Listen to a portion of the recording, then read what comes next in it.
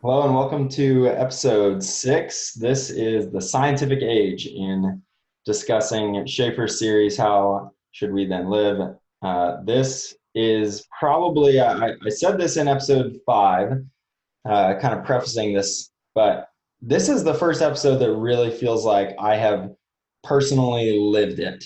The other episodes have all felt very historical and like I've read them in history books, but not real. And this one is the first one that feels lived for me as a millennial 25-year-old. I even laugh because to demonstrate that, I drive around and I see on bumper stickers cars today, I see Darwin stickers. And I don't drive around and see Aristotle or Plato stickers on the back of cars, but I do see Darwin stickers. And that, I think, is an indication that this really is the first episode that it feels like I'm living in right now, and I'm actually steeped in this and I'm aware of it. The others I may be steeped in, but I'm unaware. This one is really the first one that I'm fully conscious of this being a part of my worldview that I grew up in. Good. And so, yeah, Dan, why don't you enter Yeah. this episode for us and talk us through how we're going to get started. Okay. Very good. Um, Trying to get my stuff back up here. Okay. Hang on with me there a minute. That's all right. Okay, good. I'm back up. Yeah. This is good, John, because I told you guys that this is a lengthy one, and I probably don't have as good a notes on here as I would like to have. And so I'm looking forward I mean, John, you listen a lot, you summarize a lot, you ask questions. On this episode, I hope you'll contribute more if you'd like. I'm giving you that invitation, though it's always open, but particularly this one. So just a couple quick thoughts. Again, if we're talking worldviewish, Christian worldview, we're bringing a unified field of knowledge in. We're saying it's not just the spiritual or the physical, it's both and.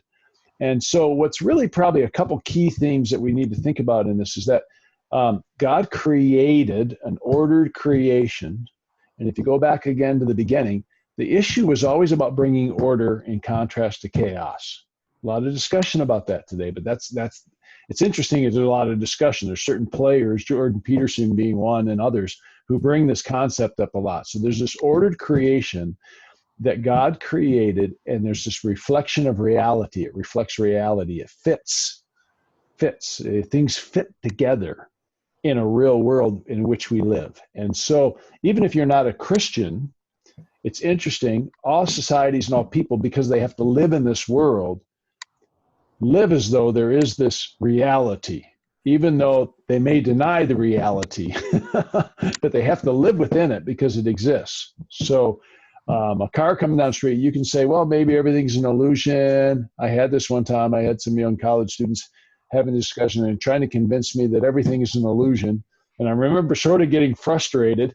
I literally had all the young guys, their eyes got big because I stood up, and I'm pretty tall and a pretty good sized guy. And I grabbed the one guy by the arm. I said, okay, that's it. And he said, what? And I said, you're going to go out. And we were in this restaurant in front of this. It was actually what we call Iowa here in Lawrence, but it's a pretty, 45 mile an hour, 35, 40 mile an hour road. And I took the young guy, I said, you're going to go stand out in the middle of that road and tell me this whole thing is nothing but an illusion. And you're not going to move when that car's coming at you, And I'm like, no, we live in a real world that God created. And that's a key point as we get into the science, as we talk about science. Another key point we have to understand is that the Christian worldview said we live in an open system. Okay, you have to understand that term, open system. In other words, this world is open to the reality of God. We're not locked up in a box that God locks us up, drops us in a box, or let's say take God right out of the picture. Somehow we're locked up in a box and it's a closed system and there's no outside information. There's no outside influence. That's not the case. We live in an open system that God created. And the two other key thoughts in this then too is that you have to think this through now. Okay, so God, we've been using this term. We've been saying God is personal and he's infinite. Okay, think of that. Personal, infinite, two things. when he created us as people, human beings, he created me. I'm created as a personal being. Okay? Just like God is personal, I'm actually a person. God is a person, I'm a person. We're personal. Okay. However, I'm not infinite, I'm finite. So when it comes to a human being being created in the image of God, I am very unique in all the creation. Animals are not created with that sense of what we call a personal being, in the sense that we are created in the image of God, which means that we do have a freedom. I'm a personal being. I'm not caught in the machinery, as this whole segment talked a lot about. See, once you go down this road of the scientific age, and we will unpack that, you end up locked up in the machine, and you're part of the machine. You're just a spoke in the machine. But God says, no, no, no, no, no, no, no, no. This is an open system. I did create a real world, but I've put you in this world to operate, and you're not part of the machine. Okay. Now we could talk about freedom. My freedom is limited. I'm finite. I'm tiny, so my freedom's limited. And because of my sinfulness, my freedom's really jacked up. But I am a free being, which means I have an influence, which means I can actually have an impact on this world around me. You know, I'm building this shed greenhouse in the backyard for my wife. And when I do that, I'm actually participating with God in creation and bringing order out of hunks of wood that came from a tree in the woods somewhere. It's really amazing thought to think about. I'm bringing order. I get to participate in the system because I'm not caught up in the system.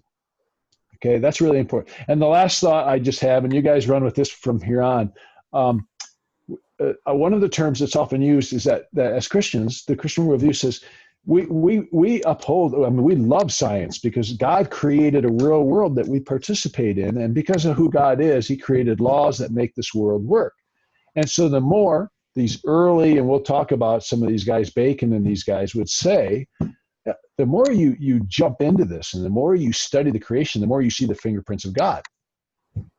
I've introduced Sam to a good science friend of mine who, gets all teary-eyed. God, he's a premier scholar in the microbiology world, and he just sees the hands of God and these little like microbes and stuff. It's crazy. He just loves it because he gets to participate in this. Okay, we hold to that deeply. The Christian science, modern science, has come from the Christian worldview, and we'll talk more about that. But what we reject, okay, this would be the idea. We reject scientism. It goes back to Gabe's earlier episode when we talked about the isms. Isms are the problem. Scientism is a philosophy that says all there is the machinery, all there is the mechanical, all there is the physical. Well, that's a philosophy. You don't get that from the scientific method. And then that gets imposed on a discussion about science, and that needs to be separated. So I'm going to leave it at that. Those are a bunch of thoughts I have about this. There's a lot to this, but we're free beings, and I would want to preach that, and we are supposed to participate in this world in a wonderful way. Okay, you guys carry on. And I'm going to guess Gabe is a scientist. He studied as a weather scientist, may have a lot of contribution here as well. Well, you too, Sam, right? You studied, you were a biology major, right? Yeah, zoology, biology, same thing. Yeah, right. Okay, so you that guys. was my undergrad. Well, good. I'm looking forward to what you guys have to say. I got a lot to say. Yeah, I bet you did. Okay, go. I'm excited. Well, I mean, if anybody wants to go first, they can. Go ahead, Sam. Okay. Well, I mean, I guess I don't know where I want to start. I kind of want to just kind of recap the flow a little bit and just kind of play off of Dan's introduction of just how the scientific age connects with the revolutionary age and the Renaissance even, and the elevation of man's reason and the onset of the Enlightenment. And now we enter into modern man, and modern man is the key characteristic of modern man is that his reason is basically able to do anything. He's able to find true knowledge with just the use of reason. So you have the French philosophers in the 18th century, 1700s, Voltaire, Diderot, Rousseau, these guys who just thought that the reason of man is everything. And we were talking about that with humanism as well. And so they weren't, the atheist wasn't like a common thing at that point yet. agnosticism was starting to be a thing, but deism was really what was prevalent. These guys were, Right. they weren't atheists. They really thought that, hey, somebody had to create this, but then it's just, now they're out of the picture. They created this and now they're just letting it, this God that created this is just removed, and he's just letting it play out according to these laws that he built into it. And then he also, built in logic, reason, the stuff, and now man is just left to himself to figure everything out. And then obviously these French philosophers thought that they had the ability to figure everything out. So deism was kind of the prevalent, worldview belief. But then you have at the other side of it, these really a century before that was what Francis Schaeffer was talking about with these scientists, Isaac Newton, Galileo, Francis Bacon, John Locke, these guys that really were doing their science built on the Christian worldview. And so you have that in the background. And then you get to the 19th century, and then you get to Charles Darwin. So there really wasn't any, what am I trying to say, empirical evidence for the worldview for atheism, you could say. And it seemed as though Charles Darwin's theory of man and natural selection and the origin of species was that empirical evidence that these materialists were waiting for. That finally we can prove that God doesn't exist, and this is all just a materialistic natural world, and it's all just governed by random chance and stuff like that. But what I think is interesting, if you study just the history of it, is that Charles Darwin himself never said he was an atheist. He still, he was drifting that way, but he still thought that, well, at the end of the day, somebody had to create everything or bring it into existence. But he probably landed more on the agnostic or deistic view. But his followers were the ones that really took it to its conclusion that there is no such thing as God. Man is all there is. We can figure out everything based on our own reason, and that's kind of what we see propagated in the modern university today, and what's taught in our public schools is that idea, really. So that's kind of just a little bit more of the scientific history. But I don't know, somebody else chime in. There's just, I don't know, I have a lot to say. Well, to what I'm going to let Gabe go because this is not my field of expert, but what you were just saying was, in short, Schaeffer's, that the early scientists had no issue with the why. They were concerned with how. They had a presupposition that provided why all of this was, and they were primarily concerned with how is all of it. And his example, of Newton with the speed of sound and gravity, and Bacon like doing his work, it just is so interesting, that summary of they had a presupposition that provided why, which gave ground to an informed search of how. And now we've moved from how or why and how to should and can we, should we do this or can we do this? Yeah. Because we've lost that moral undergirding that the why presented, right? Well, that was gone. So now we can do whatever we want. The decision maker, whether we can or can't, is only the technical aspects of the ability to do that. Are we able? Exactly. Yeah. Mm-hmm. In fact, even a couple of weeks ago, there was a podcast that I'd actually recommend people listen to, Joe Rogan, which can be a little sketchy sometimes, right? But he had Elon Musk on, and they talked about basically the future of a lot of our biotech things that Musk's companies are working on. I forget the actual name of it. It goes into the brain. Neural implants? Yeah, that's it. That was an implant into the brain, right? And basically, Sam, you'd appreciate this being up north, but he could describe it as ice fishing and just augering out a piece of your skull. Yep. Just not real, maybe an inch deep or something. No, not an inch. That's way too big. couple millimeters deep, and it's just this thing that sits right in that little recessed part, has two electrodes on it that connect into the brain. And it has Bluetooth and all sorts of stuff with it, right? And the amount of things that are he talked basically what's the capability of it now, but then what's down the road, right? That was what Rogan kind of kept pushing him on, like, dude, do you see where this could go? And Musk kept saying, how did he phrase it? It won't sneak up on us. So he was acknowledging where this is potentially going, but it's okay because it's not going to happen overnight, and we'll have time to figure out if we should or shouldn't do this. Yeah. Well, but that has to happen now, not once it's in our face. Like, oh, we can do this. Because Gabe, again, let's go back to whether we call it form and freedom, metaphysical, physical. You have to have some undergirding for meaning and purpose and ethics and morality beyond mankind. You have to have some voice on the outside that speaks to it, right? And if you don't, so I find this fascinating.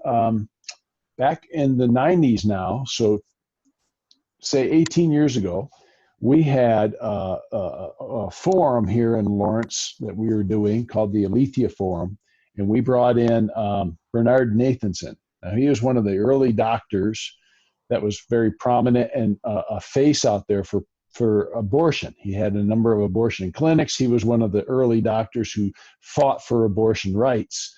And then in his life, he had a reversal of his position. And he became a pro-life guy, he became a Christian, and he came in and we had him speak in different settings in the area, but I'll never forget him speaking for KU Med, third-year med students. Just a fascinating time.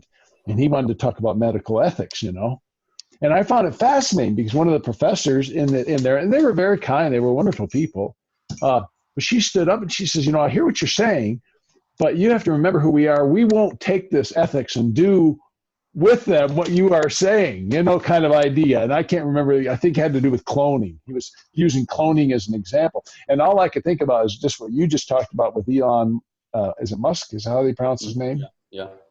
And here's Nathanson, and then this episode kind of, while he's talking about medical technology in the 70s and it can look kind of ancient and goofy, you can extrapolate that and go, oh no, the principle still stands. Mm-hmm. We're going to have people controlling people. We're going to have all sorts of things controlling people with drugs. And I mean, we've had that in my lifetime with many of you guys maybe. I remember as a young parent when there was this huge discussion about ADHD and all this sort of stuff. And there were lots of young boys in our school systems, public school systems, that they were pumping with Ritalin, Mm-hmm. And I don't know what they're doing today, but it was this, hey, we can't have young boys that do this. And in some ways, young boys were just being young boys. Mm-hmm. There's a place for help. I get that. I'm not trying to dismiss, but believe it or not, I'm not like totally anti-medication. I think there's a place to use stuff. But like it became this whole movement that we need to get these boys to sit in a classroom all day and not, I would say, be boys. Anyway, so. Well, see, we take it back to Musk. That's one of the things Yeah. It's always cast as a positive to begin with, right? Like, look at what we can do. Yeah. There are some legitimate issues out there that this could fix and alleviate people's problems that they've maybe had their entire life, right? In fact, he's counting on that. He wants them, their first people that will have these implants will be people who are just so tired of where they are right now. They're willing to try anything, right? Mm-hmm. So they'll have their lab rats volunteer because of how much pain or difficulty that they're currently in, right? But it was always cast as the positives. Look at what we can do. We can eliminate medicine. We won't need it anymore because we can just electrically stimulate whatever part of the brain we need to stimulate to make that happen. Yeah. You'll no longer have drug addictions because you can just get it right away, right? So it's always cast as a positive. And we skipped right to the end. We jumped all the way to the end of the episode, but I love it that we did because it's the unasked question is what Schaeffer nicknames that, which, in Gabe's example here, and I think quite honestly, I think it's a really, really good one, Gabe. I'm glad you brought up Elon Musk. The unasked question that Schaeffer poses is who controls the controllers? Right. So that he's talking about the anti-aggression period where it was like, oh, if all world leaders were to subject themselves to anti-aggression medication, we would have global peace in theory. And yet, Yeah. Schaeffer asks what he calls the unasked question, is who controls the controller? And in this scenario, yeah, sure, a neural implant that solves all global medical problems sounds really fun. And I just would be curious about whose hands Right. are on that global Yep. controller. John. I'm not trying to bleed into conspiracy theory, but that's the question. Oh, well, it is. Jake brought it up in the last episode that really, if you want to get at the heart of the matter, just ask a person, when you start with man, are they innately good or not? Right. There it Are is. they good or not good at the start? And John, I don't want to go all the way. I'm not going to go all the way back. But guys, as a guy that grew up in a world, okay, just so you know, everybody knows I'm a few decades older than you. I grew up in a world where communism had its day in the world. We're waiting for the big war. We're waiting for, Russia against the U.S. There's going to be this cataclysmic Armageddon. And then I also lived when the wall, if you will, came down and communism collapsed over there. And I got a chance to go in there and be engaged in ministry and talk to these people on the ground who had experienced that way of life and this dramatic transition that your generation really may not know that dramatic transition. And he said it in the last episode, but it's the same thing of the controller question. You have to understand that, like in the former Soviet Union, these people were crushed and oppressed as a society. It was awful. There was only like 2 or 3 or 4% of the people were actually communists, and they controlled the whole stinking thing.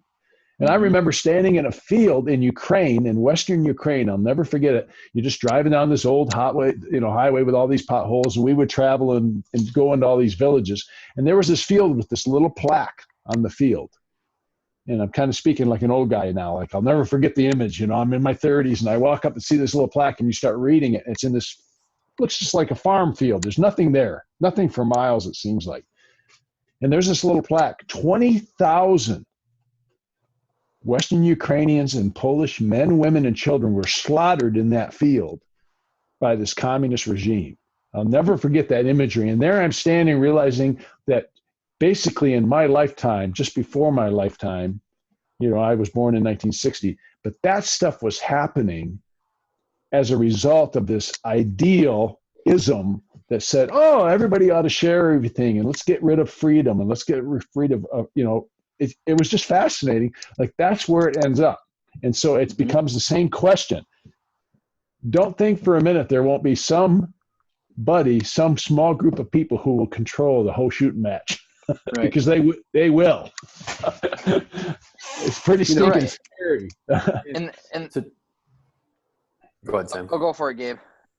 Well, I was just going to loop back to Darwin real fast. A lot of people look at what his ideology brought in and they look at the evolution part of it, right? The big E. But it's actually probably more significant that it was without purpose. Because then that piece, without purpose, I think Schaeffer even talked about this too, right? He goes to the cause and effect. When God was removed out of that framework of science and the purpose left, right, where we didn't acknowledge that there was a cause for this effect that we were seeing, all of that then moved into every other part of society. And it just became a kind of godless whatever. We're machines. And that now has infected everything else, right? So relationships, there's no purpose, there's no love, there's no meaning, there's none of that kind of stuff, right? Because it's pointless. We're just machines, cogs in the wheel. And when you put that into science without ethics, it gets to be pretty scary pretty quick. Yep. And the thing is, it's like, again, if we're just all machines, then, well, how do we change the machine? Well, you just fix it somehow with some other materialistic or naturalistic solution. And that's, medication and psychology and drugs and, all that stuff. It's interesting, like, as I think about motivations or desires, and basically, science is in a sense, what am I trying to get at? I guess when I think about, like, if you study Darwinism, if you study the theory of evolution that Darwin was proposing back in the 1800s, you see that really his science wasn't that good. And a lot of people saw the flaw in it.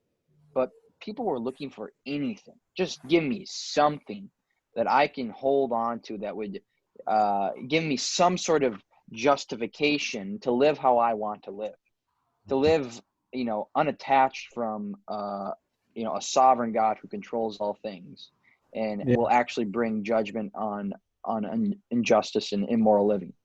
And so it really just comes down to, I want to live how I want to live. I want to be able to do what I want to do. I want to have, sex, drugs, rock and roll, do whatever I want to do.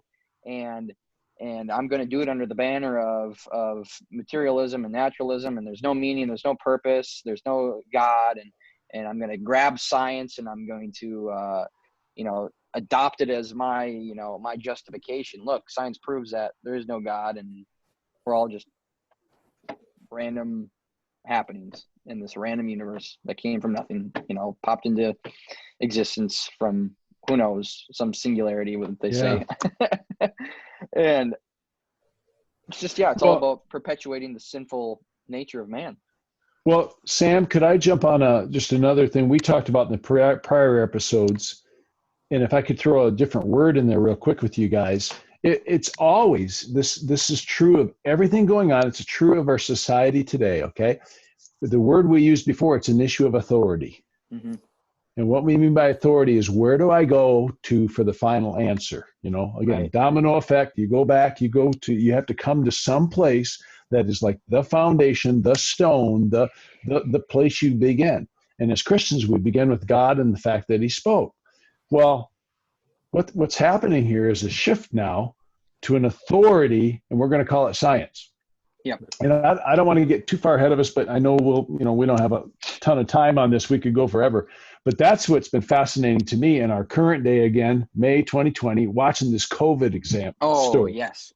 You got the authority, a particular physician who said, we're basing it on science and data. Yep. But the problem is you have another scientist physician who says, I don't interpret the data the way you interpret the data. Yep. And put on display for all of us is this idea like somehow you can appeal to authority, science as an authority. It is the neutral authority. It's not theology. It's not philosophy. That's all relativistic, and that's all up for grabs, and that's all personal, and you do what you want with it. We got science because it's going to give the final day. Well, It doesn't work that way. No, and that's exactly what Schaeffer said. He said we're told to accept the objectivity of the scientist, though the scientist is always speaking from his philosophy or his worldview. Yeah, I saw Gabe. I could tell you were going to jump. Well, yeah, it's funny you mentioned that because I just saw a thing on Twitter yesterday, maybe. If you believe in science, here's what you believe in the last couple of weeks. And it was like 32 things listed out. And it was like just contradictory pairs. Oh, man. Well, and it's not, we've lost the idea of science being a tool, right? To where science now is our ruler, our meaning, whatever. Our authority. Okay, good. Yeah. And you pair that now with, we think we're this rational, reasoned being, right? Who just looks at the data and makes this cold, hard decision. Yeah. Well, that's a bunch of crap. We're all emotional beings who rationalize whatever we want to do with whatever science we can find to support it. Which nowadays we can find anything, right? Yeah. And have you heard this is just something I always love to say to people, Christian or not, Mark Twain's quote that there are three kind of lies in the world. There are lies, damned lies, and statistics. Yeah. And I just love that because it insinuates what I think Mark Twain was getting at without so many words is that you're always operating off of your worldview. Even when you're appealing to numbers, like even when you are appealing to what we view as the pinnacle of objective reasoning. We didn't talk about this in the last episode, but carrying the goddess reason through the streets. Yeah. We missed that last episode, but for those who are watching this episode now after seeing the last one, the goddess reason that we carry through the streets today is statistics and science, objective science. And the irony of it is that we're pretending as if it's objective, when the very presentation of it is always with a bend in favor of our worldview, to reason our own behavior. Okay. And it doesn't even have to be worldview. It can just be nihilism or whatever, or fear. Yes. Or it's our own personal stuff that we're responding to. I mean, and that's what the scientists do too, and they have their presupposition that God does not exist. They've already believed that. Open system, closed system that he talked about. In a closed system, they don't believe God's there. Right. Yeah. So they're always going to interpret the data and their blah, blah, blah, blah, blah, as though it shows that God doesn't exist. Whereas the Christian starts with his Christian worldview, and he sees it as an overwhelming amount of evidence that God does exist. Right. Well, and that's the issue, right? They would say, well, you can't do that. You can't bring your God into this discussion. Yeah. But that's a philosophical, you could say a theological conclusion. That's not a scientific conclusion. You can't smuggle Jesus in. Right. So with that said, though, John, going to your point, I just want to emphasize that. I mean, maybe it's emphasized fine, but it comes back to this idea of worldview. So if I could say it, the teaching moment is that we all view these things through a lens. That's my whole point. We sit down on a table and we look at this data and this information, and some of it's fine data. I mean, some of it's interesting, like, let's discuss this. Well, how do these dots connect or don't connect? But you're going to interpret those things with a lens. Mm-hmm. And so 2 other fields of study, we didn't really get into that with this Schaeffer, but a little bit, and we'll get into it more. We have 2 fields of study today, sociology and psychology. Yep. Actually, if you dig into them, they're philosophies. And both of those fields of study start with autonomous man. Mm-hmm. They start with man alone. A closed system. They're a closed system. And then they look at the data and they draw conclusions. And the problem is then you take say a young person who goes to the university, a sociology, I just say 101, and they see some data on the table and they look at their world and they go, wow, that data is pretty accurate. That's a great way of thinking about this world. But what they don't realize, then they learn 201 and 301, and then they get a master's and blah, blah, blah, blah, blah. Well, that whole way of interpreting that information, the data on the table, came from a worldview. And in the sociology, academic, university world that you live in today, sociology starts. Its first premise is autonomous man alone. Right. Sorry, that's okay. Go ahead. You said worldview, but we call it science, so it's okay, right? But also what Gabe said earlier, you may not even be consciously carrying a worldview, because that feels like a big, heavy thing. You may be just carrying your little cup of human life. You might be just carrying the fact that you had a loved one die and you live your whole life with that, as a primary premise of being. And so when you approach, like your newsfeed, when you approach a list of contradictory fact, on Twitter, 32, the one Gabe mentioned, you have a pair of contacts over your eyes, and those contacts are telling you on this list of 32 things that are all somehow true, it's telling you which ones to hold on to and which ones to dismiss. And that's, I think that's what you're getting at. Yeah. The Corona thing has just been a confirm your priors. Whatever you've thought beforehand has just been accentuated now. Mm-hmm. You just want that, right? Yeah. Dan, that thing, what you just described there, it really gets to be a big deal, because most people can say, okay, what's the problem? Well, you just described how the majority of Christian counselors are trained, or how churches are hiring people to then be their Christian, help with marriage or help with what psychiatric help they need. Yeah. Well,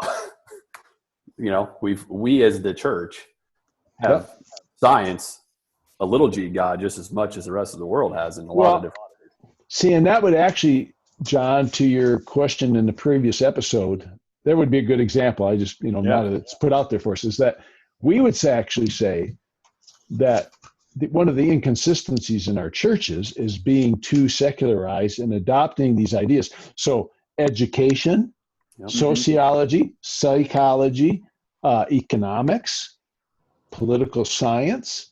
People will say, well, I have a degree in this. We will hire in our churches somebody who has an elementary education degree from a state university, even a Christian university, and we will bring them in as a minister of children's ministry. Right. And they may be wonderful people. They may love the Lord. They may have some even decent theology. But sometimes they haven't really thought through how that education gave them a lens by which they're assessing a curriculum or anything. And again, I don't mean like just a fact about the Bible. I'm talking about a way of thinking of life, a way of thinking about family and life and truth and these meaningful, purposeful things, right? Is that that's what you're saying, right, Gabe? And then here's the kicker: because it has an ology on the end of it, well, that's science. Yeah. Exactly. And I go, oh, I've been told that. Like, well, have you read so and so? And I'm like, well, yeah, he's a sociologist. Okay, well, yeah, but have you read him? I'm like, well, how many times do you want me to read these people? Like, it's like a new canon of knowledge, a new canon of scripture. And I go, I'm interested in some of their facts and data. That is interesting. It can be kind of fun, and Gabe, I know you've read a lot of this sort of stuff, and some of it's really intriguing, the cycles and the numbers they come up with. I'm not trying to reject it all, but I'm really suspicious about a worldview, a secular world lens by which we use that stuff and then bring it into the church. Yeah, and then what the church does too is they use it as their hermeneutic too to interpret the Bible. They get this lens that they've been taught in the university or whatever it is, their culture. They open up the Bible and then they're reading the Bible through that lens. And then they get all these crazy things from the scripture that's not actually there. So Sam, could you do a couple things for the listeners? Number one, define hermeneutic.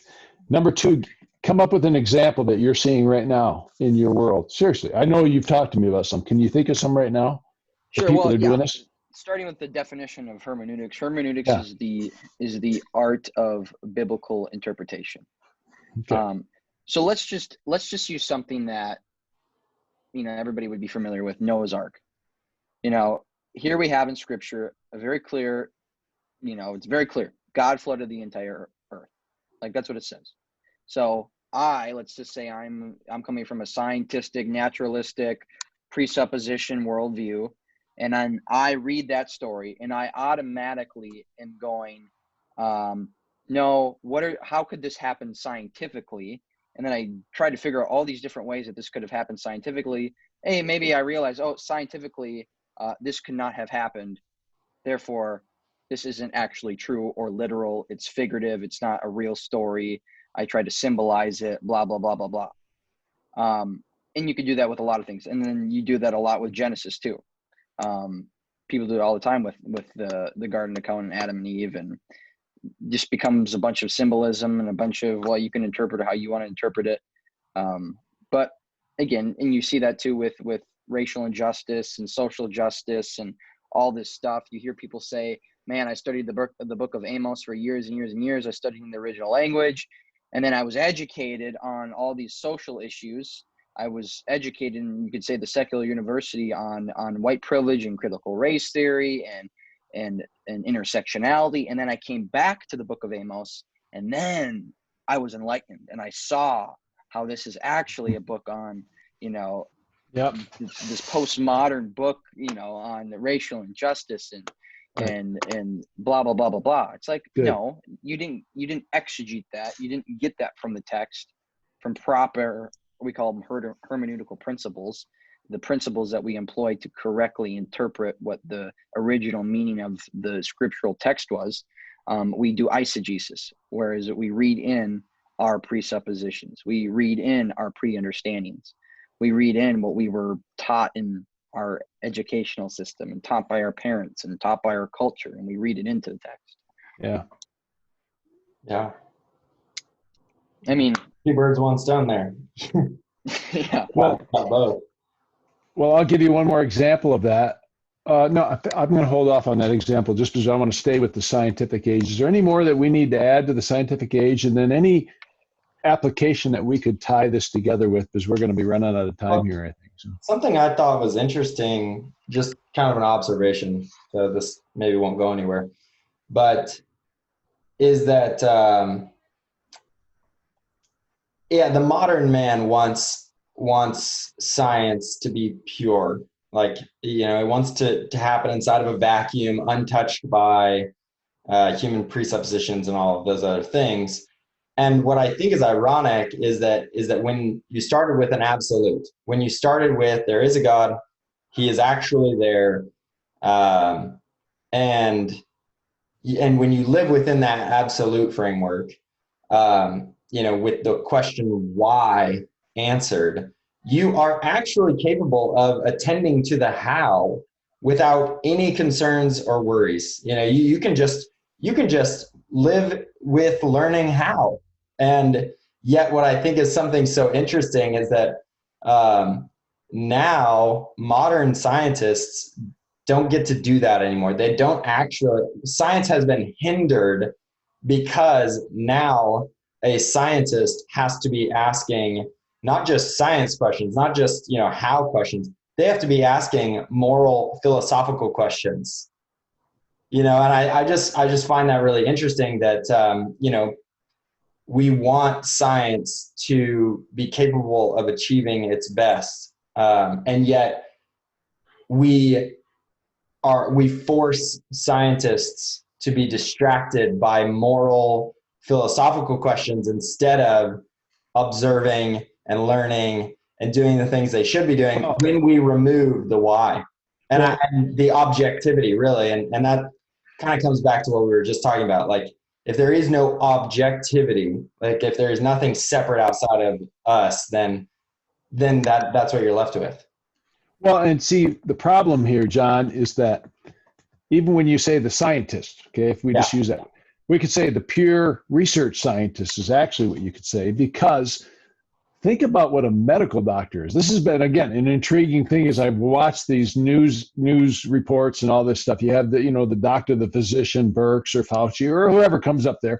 We want to be a scientist. We want to be data driven. And I think it's wonderful. That's good. However, if you think about the medical practice of a physician, first of all, it's a practice because it's an art. And what is it an art of? It's an art of science and ethics.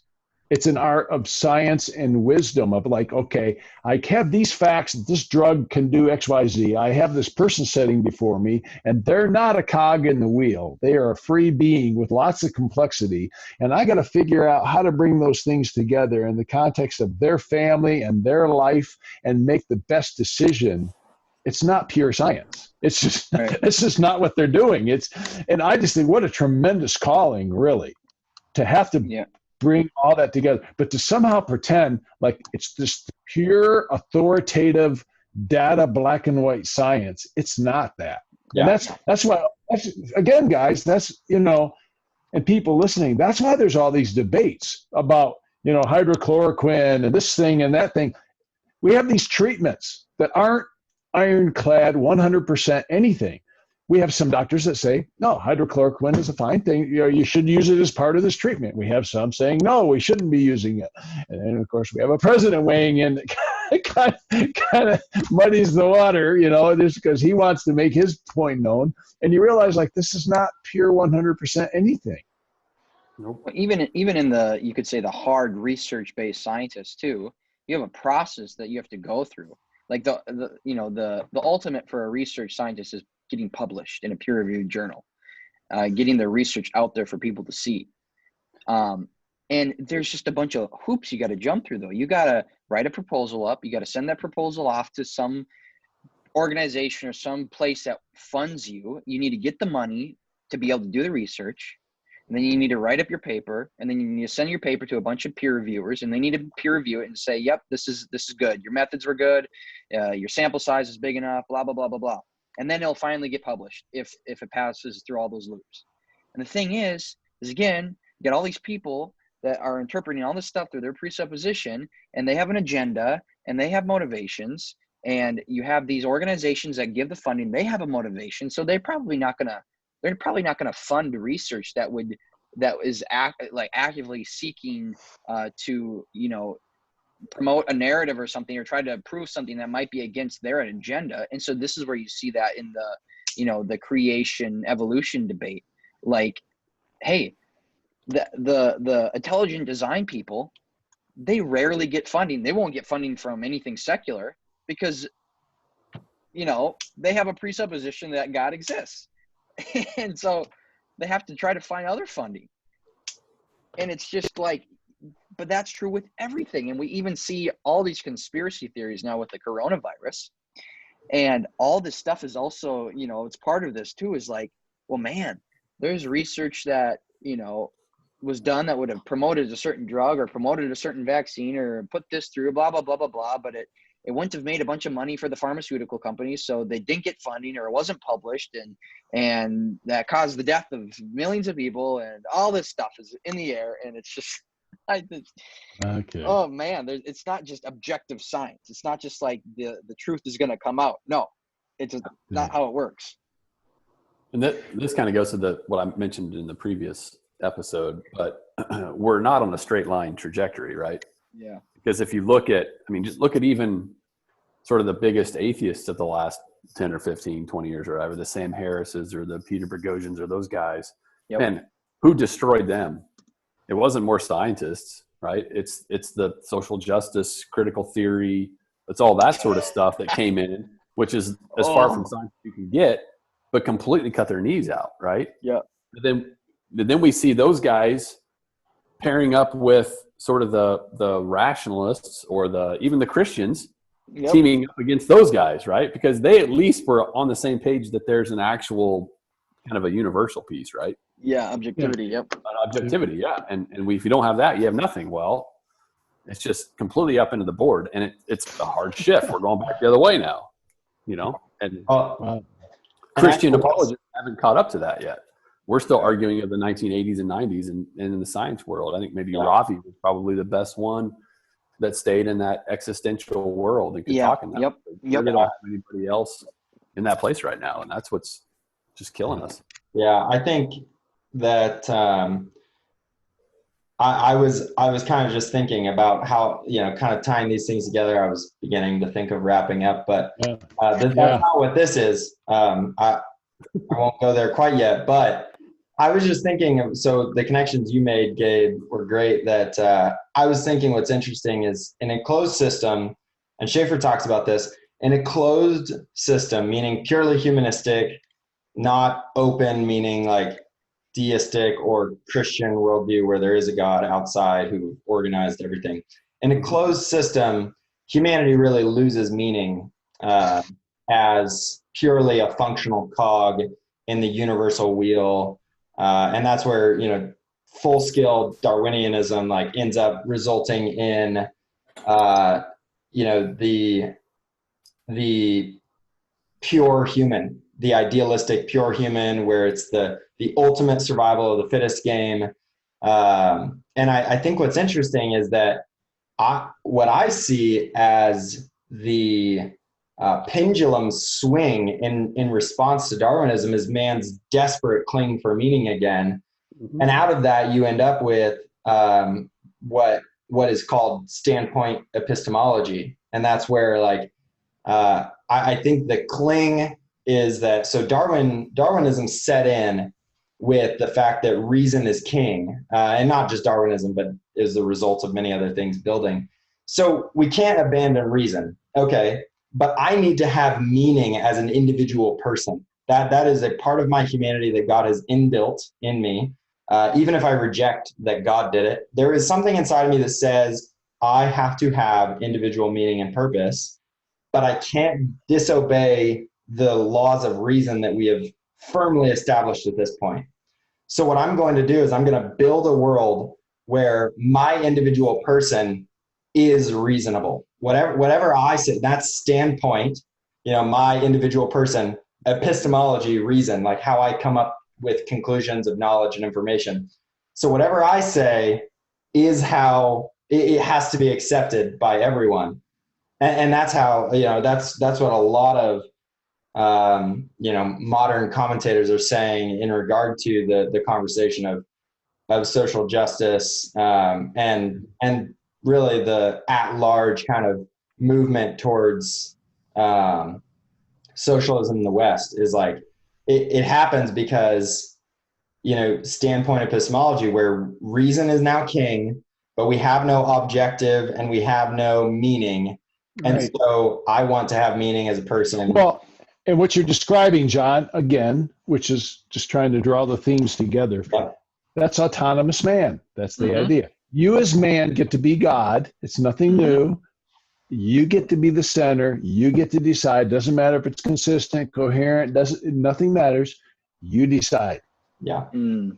And that is utter chaos, which Yeah, we'll explore more. It's just a Episodes bunch to of come. contradiction.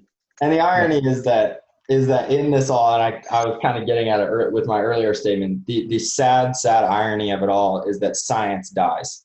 You know, in a world where standpoint epistemology or autonomous man, you know, because that's what it is. Yeah, you're right, autonomous man, but modern terminology being standpoint epistemology, like whatever I say is my truth, quote unquote, my truth. Like real science dies because, you know, for example, like, I don't know if anyone else has noticed this, the rise of Eastern medicine in the West. Well, actually, because if I say it worked for me, then who am I? We'll actually get that in episode 7. I'm trying. I don't know if you guys. No, it's great, but that's where we get, and it goes to a book. Coming back to Schaeffer and trying to bring it together here, he actually wrote one of his books. It's a key part of his writing. It's a very simple book. I'd tell everybody to read it. I mean, you know, you have to think it, but it's not a big, heavy thing. It's Escape from Reason. Mm-hmm. See, at the end, where we'll see this takes us is we actually lose science. We actually escape from reason, and we end up in a relativistic bog of nothingness.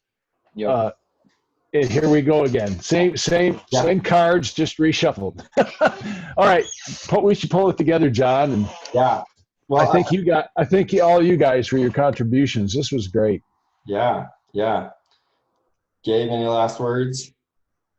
Hey, Gabe, can I ask you, since you're our guest today, how then shall we live?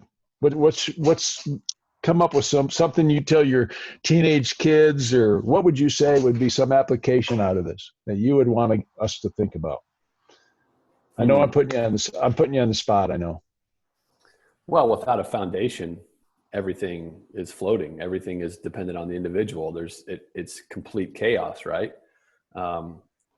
We have to have that balance of a universal and the particular, or chaos and order, or law and justice, or that's a theme I think through every one of his episodes. There's always two, right? There seems to be a balance that we need to maintain between those ideas. And that the only worldview, the only I don't know if I even kind of like that word anymore, but your only way of living is and that explains how things function both make sense of what's going on around you and gives you that meaning and purpose that you have, is the gospel, right? It explains why things are the way they are. It explains the fallenness of man, the solution to that, the problem, the solution. It keeps you between the two ditches that John was just talking about, the pendulum swinging, right? Yeah, right. That tethering that can kind of keep you from swinging from one extreme to the other and falling into all those different traps of reaction and fear and everything else. And again, if I just emphasize, that's the unified whole. I keep trying to say, we have a scripture, a real literature carried along by the Holy Spirit. We have a Jesus who's fully God, fully man.